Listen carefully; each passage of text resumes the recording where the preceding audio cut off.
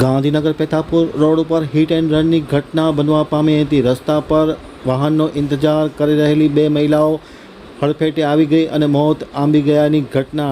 અકસ્માત બાદ Mercedes car ચાલક ફરાર થઈ જતા પોલીસે ગુનો દાખલ કરી તેમની શોધખોળ હાથ ધરી। હવે ગાંધીનગર આમતક ન્યૂઝના જનક પટેલનો એક વિસ્તૃત અહેવાલ। ગાંધીનગર પેથાપુર રોડ ઉપર હિટ એન્ડ રનની ઘટના સામે આવી છે। મર્સિડીઝ કારે અકસ્માત સર્જ્યો હતો। અકસ્માત દરમિયાન બે મહિલાઓના ઘટના સ્થળે મૃત્યુ થયા હોવાના ખબર મળી રહ્યા છે। એકને હોસ્પિટલમાં દાખલ કરવામાં આવી છે।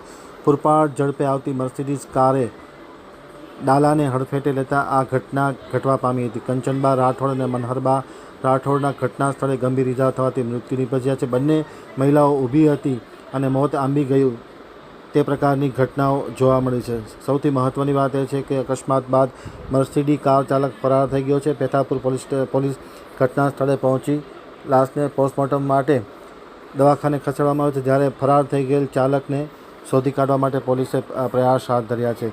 કહેવાય છે ને કે ન જાણ્યું જાનકીના હાથે સવારે શું થવાનું છે। બંને મહિલાઓ ઊભી હતી અને મોત આંબી ગયું હોવાની ઘટના પ્રકાશમાં આવી છે।